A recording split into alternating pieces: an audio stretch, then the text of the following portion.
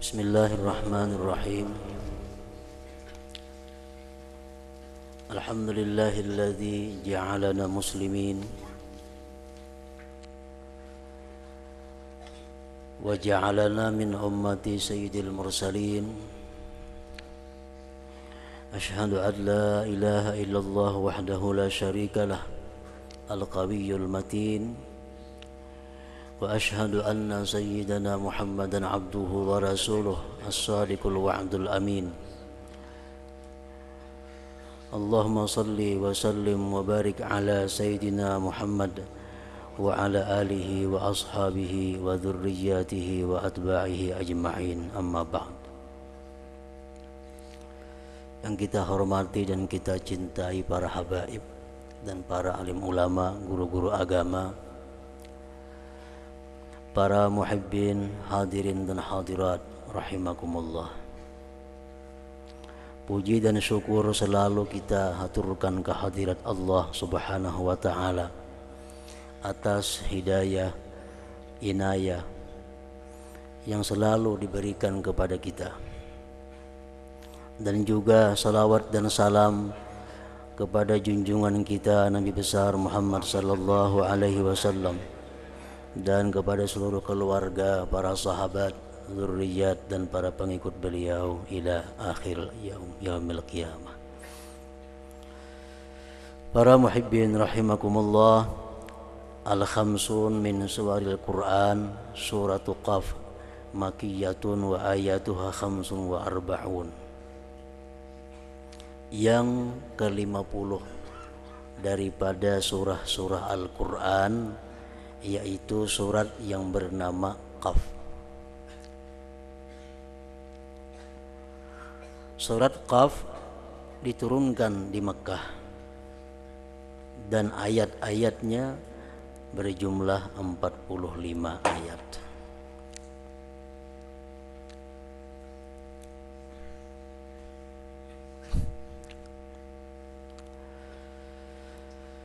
Para muhibbin rahimakumullah, Bismillahirrahmanirrahim. Qaf wal Qur'anil Majid. Surat Qaf ini dinamai dengan Qaf karena di awalnya disebutkan Qaf wal Qur'anil Majid.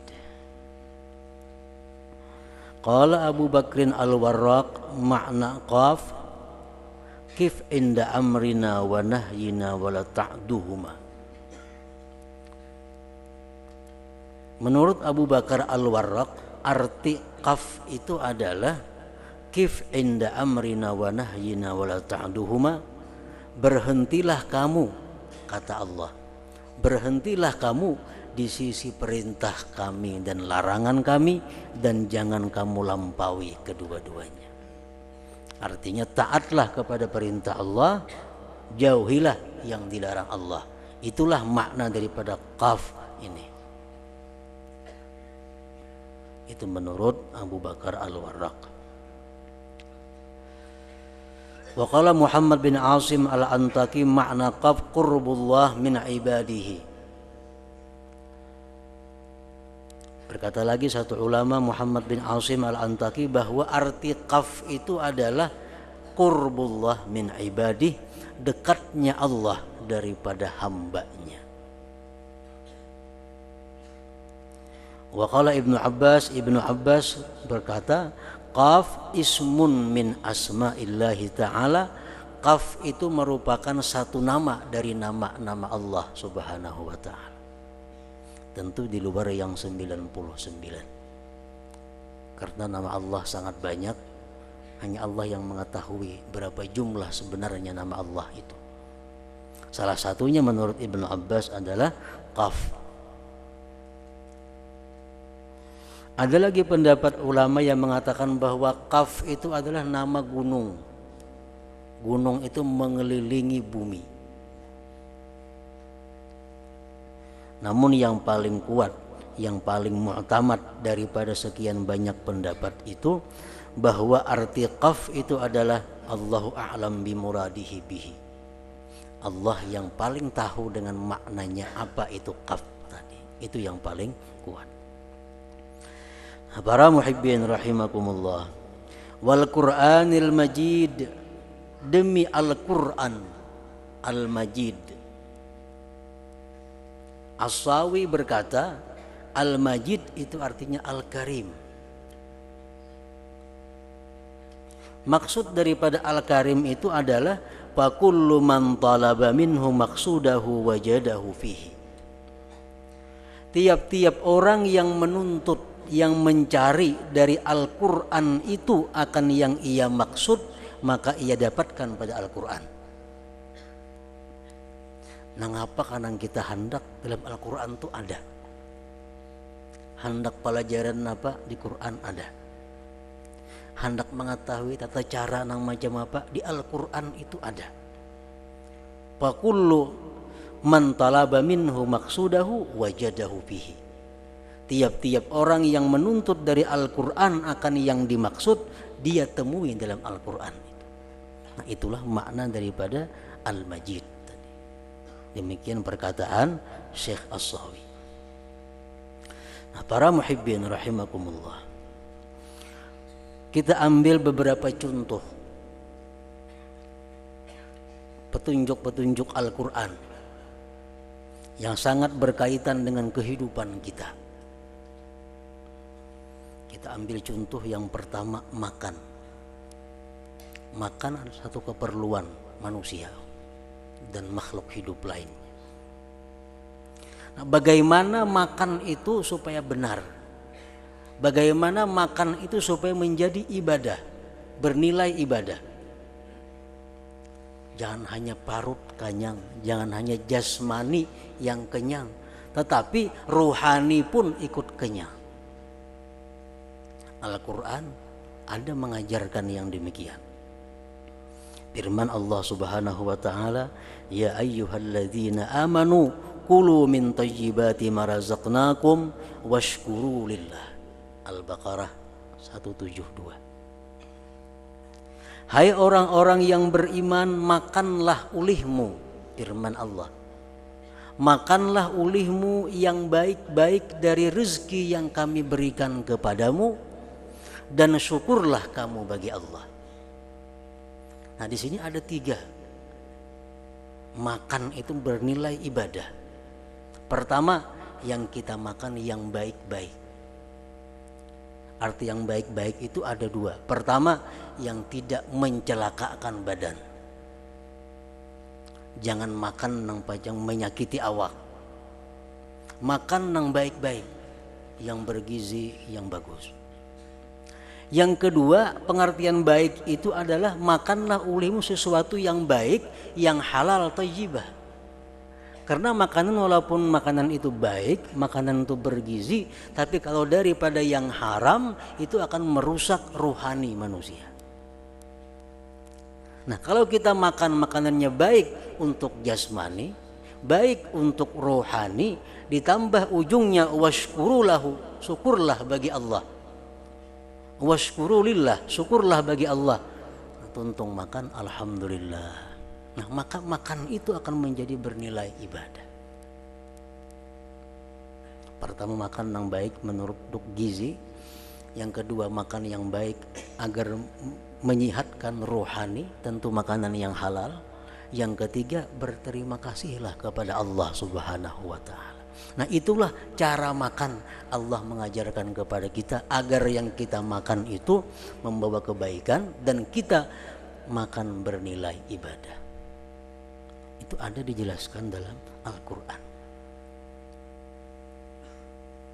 Kalau kita hendak berusaha supaya sukses, hendak berdagang supaya berhasil, bertani supaya berhasil, Al-Quran ada menjelaskan caranya.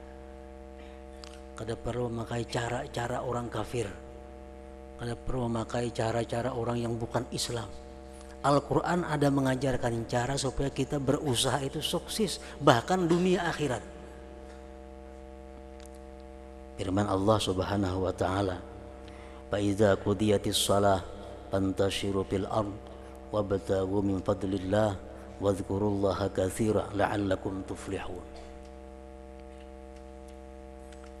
Apabila diselesaikan sembahyang,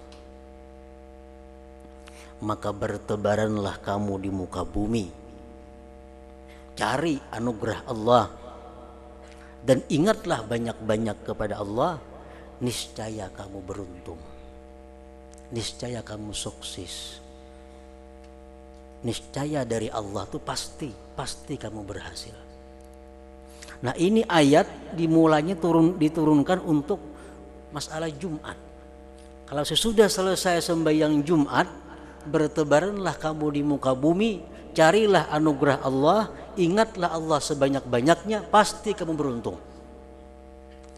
Namun ayat ini memberi paham bahwa setiap kita hendak berusaha, hendaknya dimulai dengan salat. Salat artinya apa? Doa. Hendak turun ke toko, mulai rumah berdoa. Hendak turun ke kabun, mulai ke rumah berdoa. Hendak turun ke kantor, mulai rumah berdoa. Di situ kita berdoa, di situ kita berniat bahwa yang kita kerjakan ini hanya merupakan sebab untuk mendatangkan rezeki daripada Allah. Bukan usahaku ini yang memberi rezeki, tapi hanya sebab untuk mendatangkan rezeki dari Allah. Nah, sewaktu kita berusaha, wazkurullaha katsira, berzikirlah kepada Allah sebanyak-banyaknya. Pengertian zikir ini ada dua. Yang pertama, kita berzikir seperti mengucap Allah, Allah, atau la ilaha illallah. Ada pedagang istirahat, ada tamu, ada pelanggan datang, pembeli datang istirahat. Kalau ada pembeli, baca zikir kah, baca salawat kah, baca apakah. Nah, ini artinya wazkurullaha katsira. Yang kedua maknanya artinya adalah ingatlah kamu kepada undang-undang Allah. Karena orang berdagang, orang berusaha itu harus taat dan patuh kepada peraturan Allah. Oh, nangka ini berdagang kada boleh, nangka ini berjual kada sah.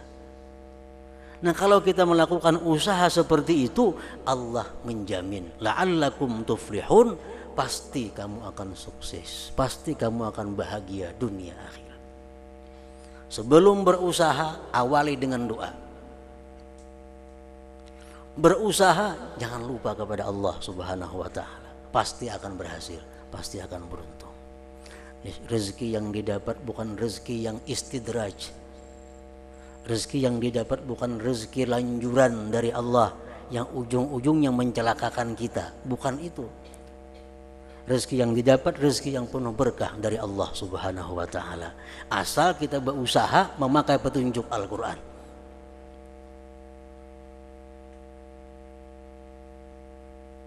Kawin, nikah. Orang hendak kawin, kada perlu membaca buku, kada perlu bertakun ngasih tu kamari. Al-Quran dengan jelas mengajarkan kepada kita bagaimana untuk mencari pasangan hidup agar berkah dan bahagia. Firman Allah Subhanahu wa taala, "Fankihu ma taba lakum minan nisa." Nikahi ulihmu ma taba lakum minan nisa, yang baik bagi kamu dari perempuan. Nah, pengertian yang baik itu macam apa? Rasulullah menjelaskan dimaksud dengan nikahilah perempuan yang baik bagi kamu itu, Rasulullah menyatakan tunkahul mar'ah li arba'in. Perempuan itu dipilih untuk dinikahi karena 4 perkara. Artinya cari perempuan itu yang pada dirinya ada terkumpul 4 hal. Pertama, lima liha, karena hartanya. Cari perempuan-perempuan tenang sugih. Nah, bukan mata duitan lain. Kalau hendak berbini, cari bini-bini yang sugih. Kenapa? Karena kalau kita berbini itu sugih, kehidupannya untuk pribadinya ini cukup kada minta lawan kita lagi. Kita cukup menafkahi sekadar yang wajib kita nafkahi.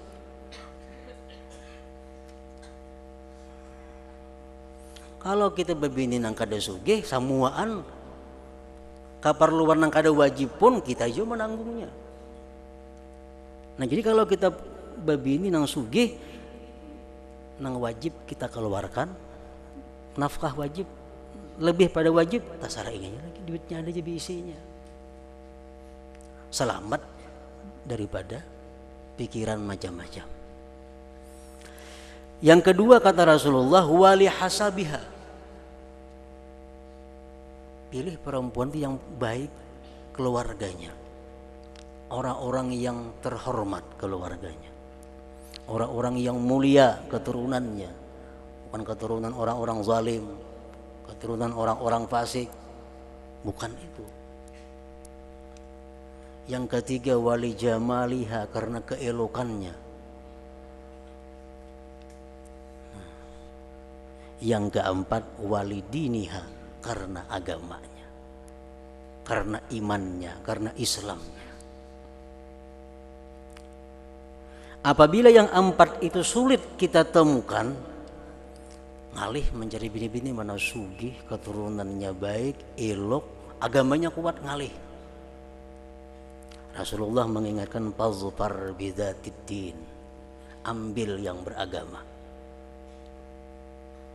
Orangnya salihah, peibadah, penuntut ilmu, tapi kada sugih, kada bungas.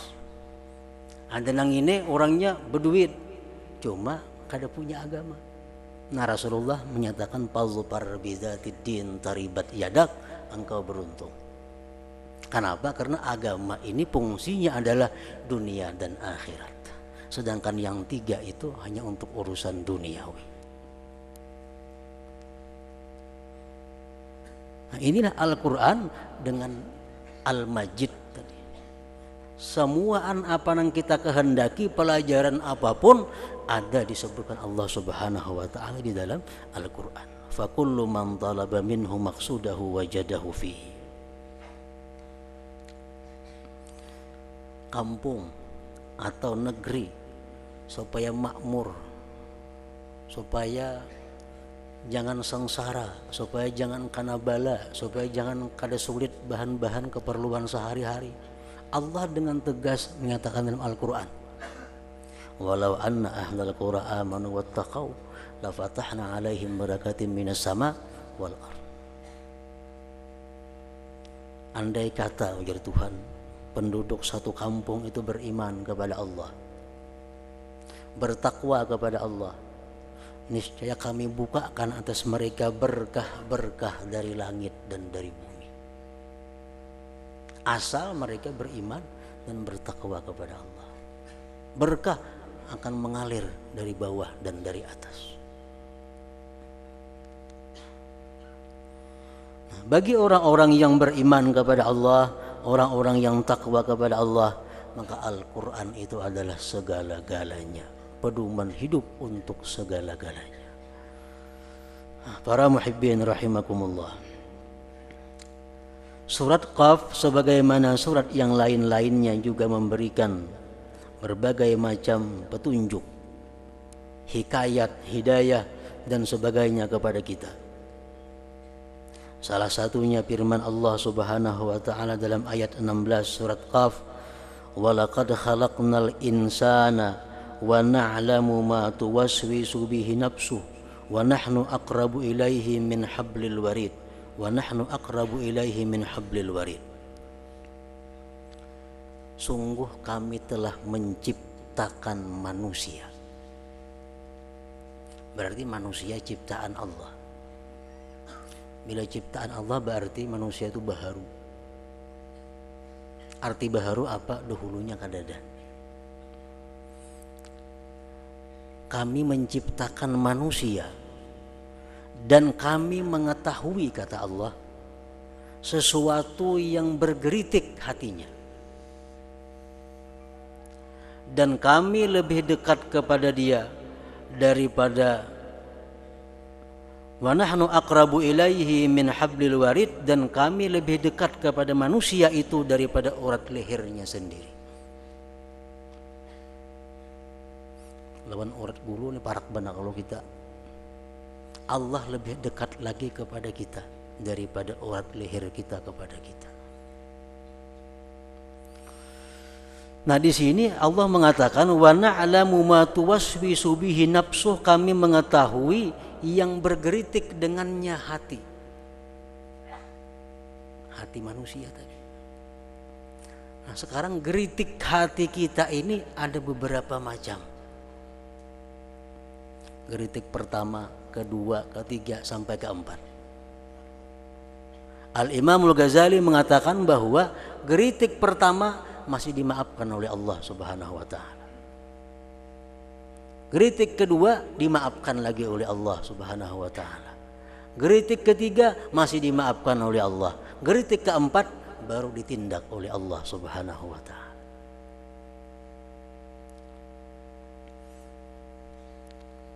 Imam Al-Ghazali mencontohkan di dalam kitab Ihya Ulumuddin. Dalam hati kita bergeritik.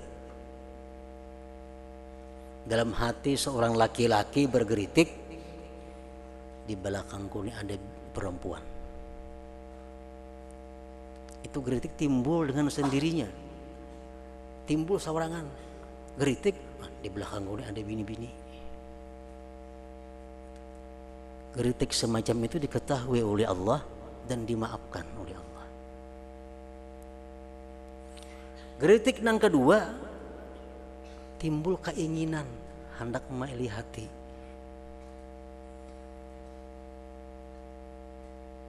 Mengarang di belakang ada bini-bini, lalu hendak melihati laki-laki ini, hendak melihati. Allah mengetahui itu dan dimaafkan oleh Allah Subhanahu wa taala.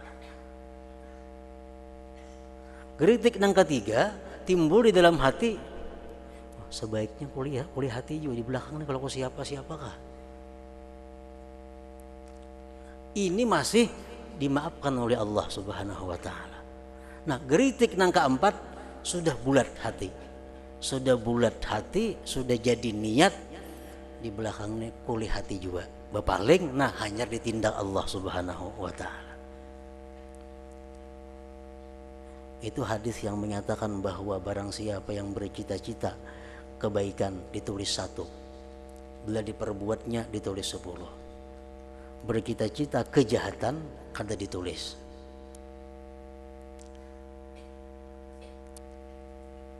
Artinya apa? Nang pertama, nang kedua, nang ketiga. Jadi setiap perilaku maksiat atau taat, geritik pertama, kedua, ketiga masih belum dihitung oleh Allah. Sudah nang keempat hanya jadi pahala atau jadi dosa.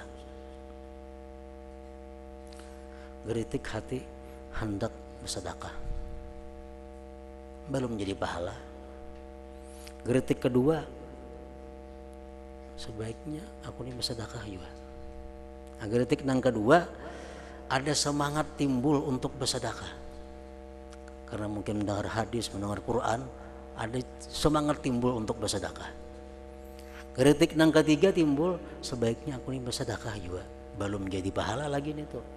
Sudah memutuskan bahwa isok positif aku kena antar duit ini untuk disedekahkan, nah hanya jadi pahala. Wa na'lamu ma tuwaswisu bihi nafsuhu, dan kami mengetahui sesuatu yang menggeritik dengannya oleh hatinya. Para muhibbin rahimakumullah. Kemudian ayat yang ke-18 daripada surat ini, firman Allah Subhanahu wa taala, ma yalfizu min qaulin illa ladaihi raqibun atid. Tidak bertutur seseorang daripada satu perkataan, melainkan di sisinya ada rakib dan atid. Apapun perkataan yang kita ucapkan, perbuatan yang kita lakukan, selalu diintai, diperhatikan, diawasi oleh 2 malaikat, rakib dan atid. Bila kebaikan, rakib yang bekerja. Bila kejahatan, atid yang bekerja. Namun kedudukan 2 malaikat ini adalah rakib lebih tinggi. Artinya apa? Rakib kedudukannya mengetuai terhadap atid. Sebagaimana hadis Rasulullah SAW menyatakan, katibul hasanat ala yaminir rajul. tukang tulis kebaikan hendaknya di sebelah kanan. Makanya jangan sekali-kali beludah ke sebelah kanan. Wa katibus sayyi'at ala yasarihi, tukang tulis dosa di sebelah kiri. Wa katibul hasanat aminun ala katibis sayyi'at, tapi tukang tulis kebaikan ini menguasai dia, mengetuai dia atas tukang tulis sebelah kiri. Fa idza amila hasanatan katabaha sahibul yamin asyra, bila mana seorang hamba beramal kebaikan, malaikat sebelah kanan atau rakib menulis 10. Sekali kebaikan 10 itu paling inting. Kita bersedekah dapat ganda 10 itu paling inting. Kalau kita pintar bisa ribuan gandanya, pintar niatnya. Wa idza amila sayyi'atan qala sahibul yamin li sahibis shimal da'hu sab'a sa'at la'allahu yusabbihu aw yastaghfir. Bila seorang hamba ini berbuat dosa, malaikat sebelah kanan berkata kepada kiri, hai malaikat kiri, jangan ditulis dulu, beri dia waktu 7 jam. Sab'a sa'at, 7 jam. Barangkali dalam 7 jam itu dia istighfar kepada Allah, barangkali dia bertasbih kepada Allah subhanahu wa ta'ala. Nah, jadi waktu antara kita berbuat dosa sampai ditulis oleh malaikat kiri 7 jam waktunya. Ada yang mengatakan 6 jam, ada yang mengatakan 3 jam. Sudah 7 jam kita kada ada jua istighfar, 7 jam kada ada jua tobat, 7 jam kada ada jua bertasbih kepada Allah. Hanyar malaikat kiri menulis. Ditulis pun hanya 1 kejahatan, 1 perbuatan dosa, 1 dosanya. Ini hadis disebutkan oleh Imam Al-Qurtubi di dalam tafsirnya. Nah, para muhibbin rahimakumullah, firman Allah subhanahu wa ta'ala yang tersebut, ma yalfidhu min qaulin illa ladaihi raqibun atid, tidak bertutur seseorang dari satu perkataan melainkan di sisinya ada malaikat raqib dan atid. Ini firman Allah mestinya membuat seseorang manusia itu berhati-hati dalam bertutur kata, bertingkah laku. Kenapa? Karena tidak terlepas daripada catatan, daripada tulisan malaikat-malaikat itu. Menurut satu riwayat bahwa catatan itu sehari semalaman 2 kali naik. Catatan naik turun untuk sehari semalam. Catatan hari ini selesai, naik, turun lagi buku nang hanyar. Isuk kayak itu pulang, habis turun lagi buku nang hanyar. Makanya Rasulullah SAW bersabda, ma min hafidhaini yarfa'ani ila Allahi ma hafidha fayarallah fi awwalis sahifah khaira wa fi akhiriha khaira illa qala Allah ta'ala li malaikatihi ishhadu anni qad ghafartu li 'abdi ma baina tarafai sahifah, rawahu Tirmidzi.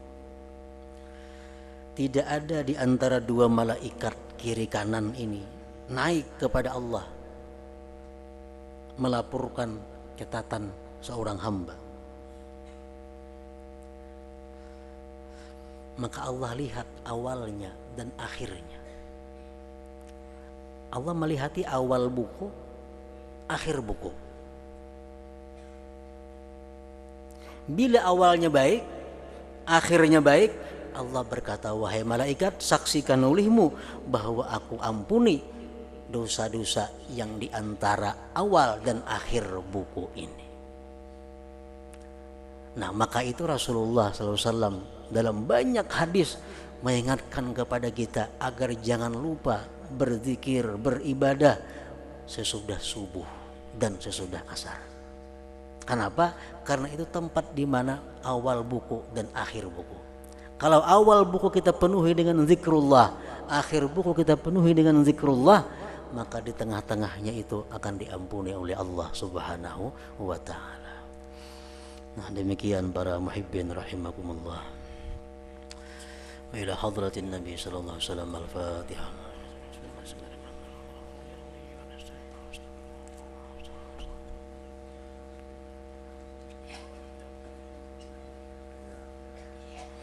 أشهد أن لا إله إلا الله وحده لا شريك له. أشهد أن سيدنا محمدا عبده ورسوله.